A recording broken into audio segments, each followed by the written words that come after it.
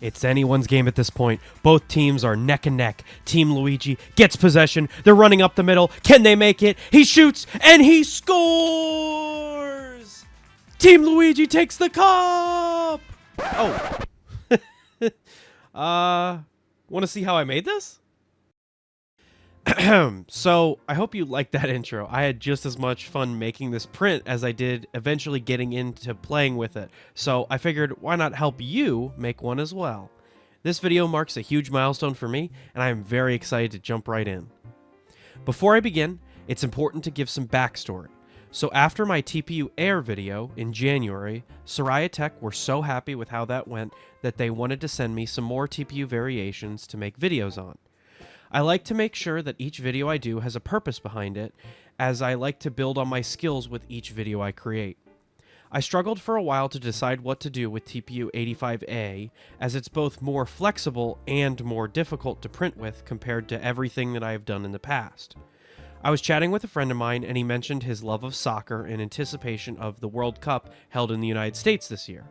That's when I got an amazing idea.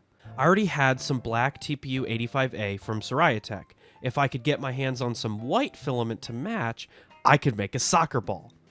This idea blossomed when I got my Snapmaker U1, as it provided two unique opportunities my previous printers didn't have.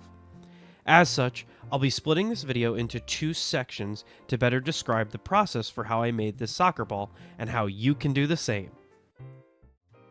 So the best place to start when discussing the way I approach the challenges of this video is multicolor TPU printability.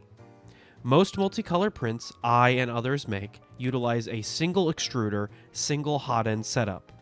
These systems were popularized by companies like Bamboo with their AMS, and while nearly every company at this point has their own single extruder multicolor system, I will be referring to this method as AMS multicolor for ease of description. AMS multicolor is great for rigid materials, which make up the bulk of those that are on the market. These systems are reliable for those use cases, but suffer heavily when put against flexible materials. This is because the gears that push the filament through will not be able to push TPU, thus leading to binding and jamming of the print, especially on color change. This issue is so pervasive, Bamboo's software actually prohibits users from loading TPU into the AMS, and the CFS has a printed warning on the inside about usage of TPU. Technically, you could lie to the system, and you might be able to get away with printing more rigid TPUs, such as 95A. I didn't go with this option because I don't really like the idea of trying to fool these printers, as newer machines are far less open source, so if anything breaks, it would most likely be pretty costly. I also don't like TPU for AMS, as it's a proprietary Bamboo filament and doesn't really perform that great flexibility-wise compared to just regular TPU. But that's where the U1 comes in. The Snapmaker U1 is what's known in the maker community as a tool changer. The idea of a tool changer is nothing new. My buddies in the CNC world have told me that this technology has existed for decades in CNC machining. On a 3D printer, a tool changer utilizes a rack filled with separate direct drive tool heads. While printing, the printer can stop and swap to a different tool. For a print that uses the same material, i.e. PLA, each color has its own tool, meaning there's no need for color purging. For this project, this means that the filament is retracted a fraction of times compared to AMS multicolor, making multicolor for TPU printing not just feasible, but seemingly trivial. For this project, I started out by printing some samples in 95A TPU. You might recognize this approach, as this is the same way I made my Crocs from last year. Actually, fun fact, it's the same color too, that being inland transparent green TPU. I followed my standard calibration procedure from my calibration video, and don't have too much additional to add. I will say that the U1 is surprisingly good at printing TPU, and either my techniques have improved, or the printer is just better, because I was blown away by the quality of these TPU prints, that being the 95A, compared to my previous attempts. Once this was settled, I moved to using Soraya Tech's TPU 85A. As previously mentioned, this material is much more flexible than anything I have ever used. Those of you who have watched my TPU Air video might be slightly confused by the statement, as in that video I said that the shore hardness of the shoes that I ended up printing would land somewhere between 70 and 75A. If you know anything about shore hardness, you know the lower the number, the more flexible. So wouldn't 70 to 75A be more flexible than 85A? Well, the difference is actually with the way that TPU Air is constructed compared with regular TPU. TPU Air is actually a variable shore hardness filament, meaning that on the roll, it's much more stiff than it is printed out. In my TPU Air shoe video, I went briefly into that dynamic, and here's a little clip. B2. Shore hardness is a measure of how elastic a plastic is. For shorthand, I call this the springiness amount. On screen now is a scale of shore hardness with a few examples to demonstrate. You can see that as the number decreases, that being the number in front of the letter, the springiness amount increases. Now, since this material has a variable shore hardness, it means that depending on the temperature it's printed at, the shore hardness will change.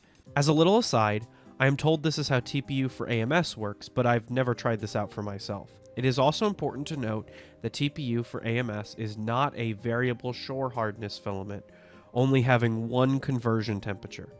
Well, anyway, back to 85A. While I was able to print TPU 95A with the auto spooler, no problem, the 85A was not so lucky. I did several tests with the auto spooler, but over time I would begin to get under extrusion on the print. This is because the auto spooler on the side only operates when the filament is first installed, meaning it doesn't help feed the filament over the entire print time like something with the AMS. Without this extra boost in torque, the extruder in the tool head just simply could not pull enough filament through the long PTFE tube and thus failed. I was not too shocked by this outcome, as Snapmaker themselves recommend against using the auto spooler, and they actually have a TPU toggle for filament on the printer. To achieve this, first navigate on the menu to Print Preferences and go to the Auto Loading tab.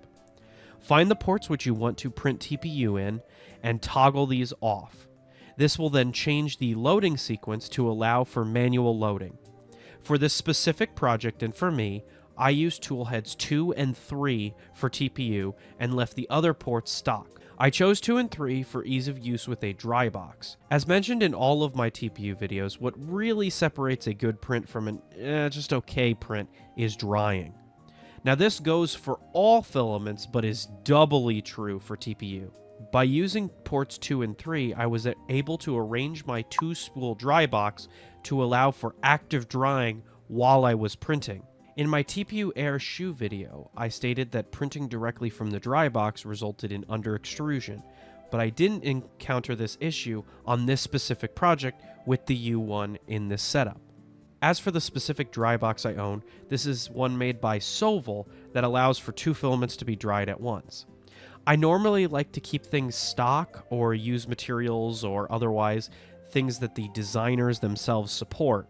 So, for those of you at home that don't have a dryer, Polymaker's Poly Dryer is actually supported by Snapmaker themselves and could work with this setup.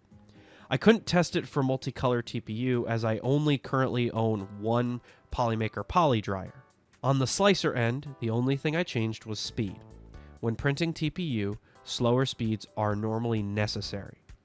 I like to trade speed for reliability, so I halved my normal print speeds. I did do some testing at faster speeds and found the U1 can actually handle it, but I never really like to risk it. On the quality end, I am blown away by how good the U1 held up for TPU 85A. So I ended up doing 2 prints of the soccer ball, as I had originally made this as a gift for a friend, but I just loved it so much I needed one for my personal collection. The second ball did fare a bit worse in terms of quality, and I'm kind of unsure as to the reason why. So this criticism isn't levied against the maker themselves, because I didn't end up making a full-sized ball, as this was meant to be more of a display piece. And 85A TPU really isn't great for a play ball anyway, since it's so flexible. This change in size meant that the walls are very thin, and I think the TPU just couldn't overcome that. The part that ruins this theory a bit is that the white TPU seems completely unaffected. The issues are only on the black sections. I know that this is not due to the colors not bonding, as the tears are not on seam lines between colors. You can see that here they're more linear. I haven't confirmed this with Soriatech, but the black TPU 85A that I bought for use in this video is actually several years old, and there's a chance that the blend has improved over the years, which explains the difference. I purchased a spool of 85A TPU from Soriatech. This is much more flexible than any TPU I've ever printed with or shown off in the past. This can also be seen in my test frogs, so there might be some weight to the material difference theory. Either way, the newer material, which was the white TPU, fared far better than the older stuff, so this is by no means a comment on Soriatech's current offerings, and if you wanted to replicate my results by going out and buying some TPU right now. I know for a fact that the issue isn't under extrusion, again because the white portions are unaffected, and the break lines in the black sections do not occur on the same Z level. So that's how I solved the multicolor challenge of this print, but that's only half the story. The second advantage of a tool changer I leveraged for this project is multi-material support. Again, comparing back to AMS multicolor, multi-material printing is very difficult and, in my opinion, impossible.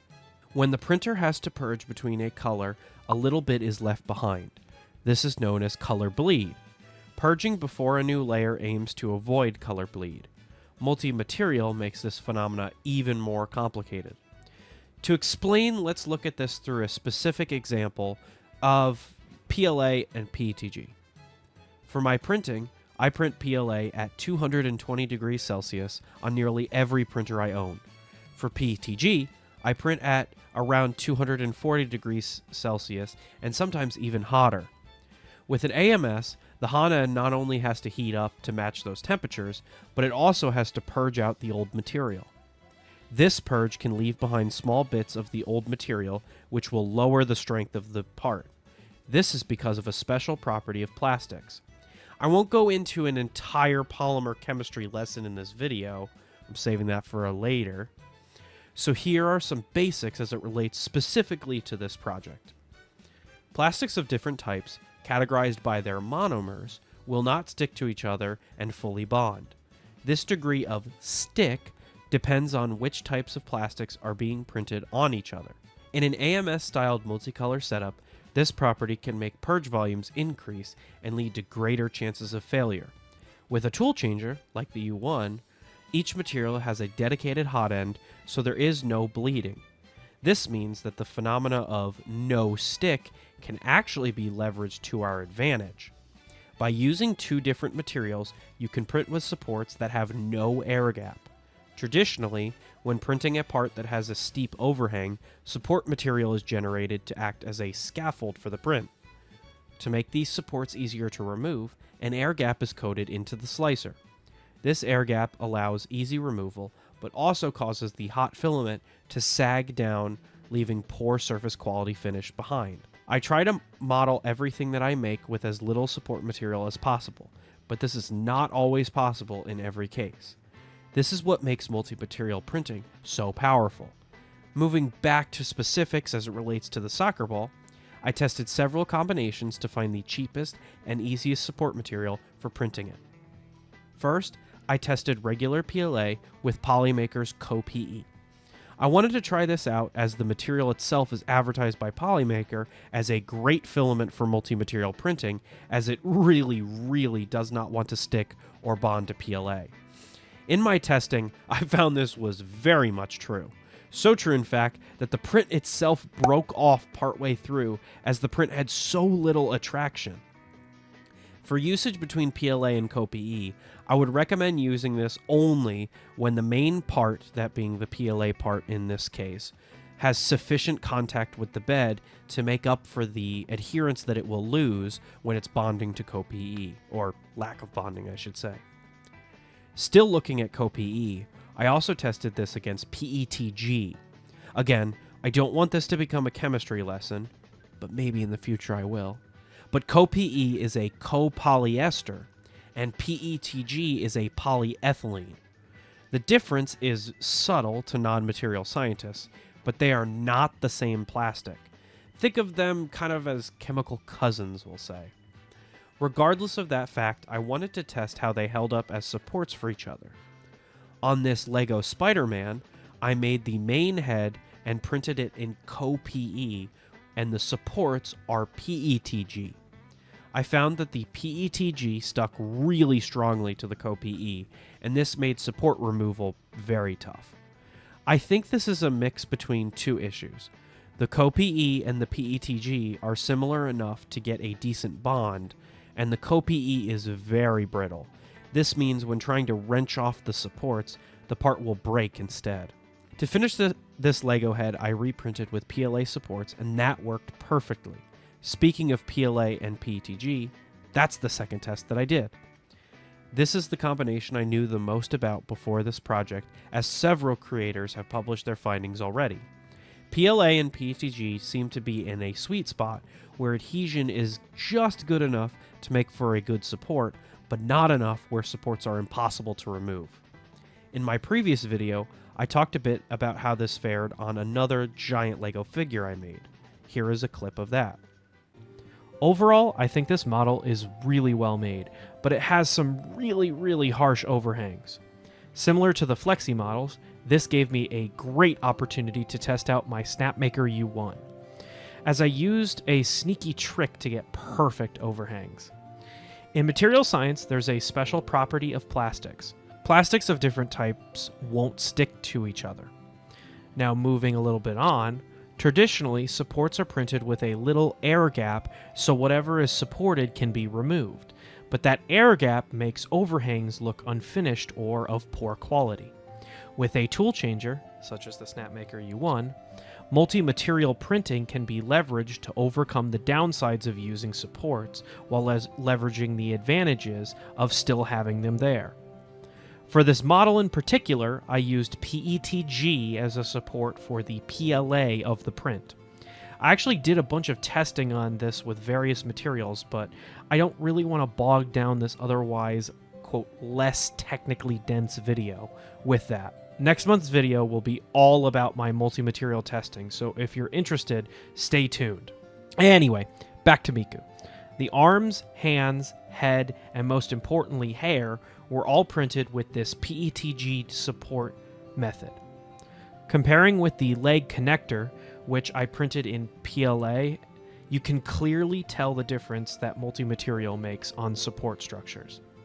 The bottom of the hair is shockingly clean, and I am blown away by how well this method works. The final test, and most important to this video, was TPU and PLA. I found this worked similarly well to PETG and PLA. The TPU sticks just enough to the PLA to have good support, but not too much that it's impossible to remove without damage, like Co-PE and PETG. I did find that the bond between TPU is a bit stronger than with PETG, and as such, small bits of PLA were left behind on both models. On the main soccer ball, I think this is actually due to the TPU's flexibility and the model that I used, not the material's adherence to each other. So here is the finished ball. You can see that the purge tower is very rough, but the trade-off is that the ball itself actually printed amazingly. So I'm gonna try and get this off the build plate, but I imagine that the supports are gonna come right off. Oh my God, look at that. Okay, all right, let's try this.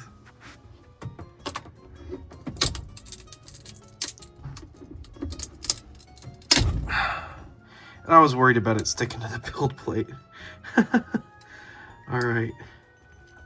As mentioned, this soccer ball had very thin walls, so when I would attempt to remove supports, it would flex instead of pulling away from the support. Additionally, all these little holes on the model made for tons of contact points for tree supports. Looking back at this project in hindsight, I think traditional supports might have yielded better results compared to tree supports. In future multi-material testing, I hope to fix this with normal supports instead of tree supports. I found that both 85A and 95A TPU fared identically under multi-material testing with PLA specifically. Now that you've seen the results, let's discuss slicer settings and tips. As mentioned earlier, I slowed my print speed to about half of what's standard. I took out all Z spacing and lowered XY spacing just a bit. For this ball specifically, I also put a support blocker over the top half of the model so support would not generate inside the ball or over the sides of the walls that actually didn't need it. Additionally, I spaced the ball towards the back middle of the plate. This is actually a tip I picked up from teaching tech as a way to reduce stringing. The toolheads that use TPU are both 2 and 3, meaning the travel distance is much shorter, so there is less chance for the model to string. I found in models where I didn't do this, I actually got a lot of strings of different materials that ended up ruining the final parts. You can see that on this Lego head, for example. All of this testing was done with Snapmaker's fork of Orca slicer, but could be easily applied to most modern slicers and most modern tool-changing printers. One downside of current slicing is the fact that the prime tower does not have split sections for different materials. What this means is that the prime towers can easily fall or break mid-print, as the materials don't want to stick to each other. There are some manual workarounds that make rectangular models and prime to those, but I haven't really tinkered with this yet. That about covers all the special techniques I implemented on this project, but I do have one more thing to note. I did not test TPU as a support for PLA or PETG, as I feel it doesn't really make sense to use as a support material. TPU is a very challenging and normally expensive material when compared to PLA and PETG, that is, so it really doesn't make sense to use as a support material. Additionally, there is a way to make only support interface layers a different material instead of the whole support like you've seen in this video. The trade-off is less usage of support material, in this case that being PETG, and faster print times, but you do trade reliability. I did not test this as I used mainly tree supports, and this method of only the support interface being a different material really only saves time and material on large flat shapes, which was not what I printed in this video. Well, that about wraps up my work with multi-material testing of TPU 85A. On reflection, I am super excited by this video, and this has been one of my favorite to make. First, this project is a really big personal milestone for me as a maker. Back when I started printing, TPU was seen as this exotic material that was just impossible to print. Only the experts with special all-metal micro Swiss hot ends and crazy custom Ender 3 Pros could print with them. Additionally, there was this company that made this really expensive filament. NinjaFlex was the name of it. And I always looked at it with this envy. It wasn't until I finished this first soccer ball and I started doing a little bit more digging that I noticed that NinjaFlex is actually 85A TPU. That means not only was I able to print with this exotic, impossible material, but I also printed it well and under multicolor. If I told this to myself when I started my channel or when I started printing, I'd be speechless. This work also paved the way for multi-material work on multiple projects, and the number of projects which implement this technique for me has only grown. I don't want every new flexible video to be a shoe one, so this was also a very welcome change.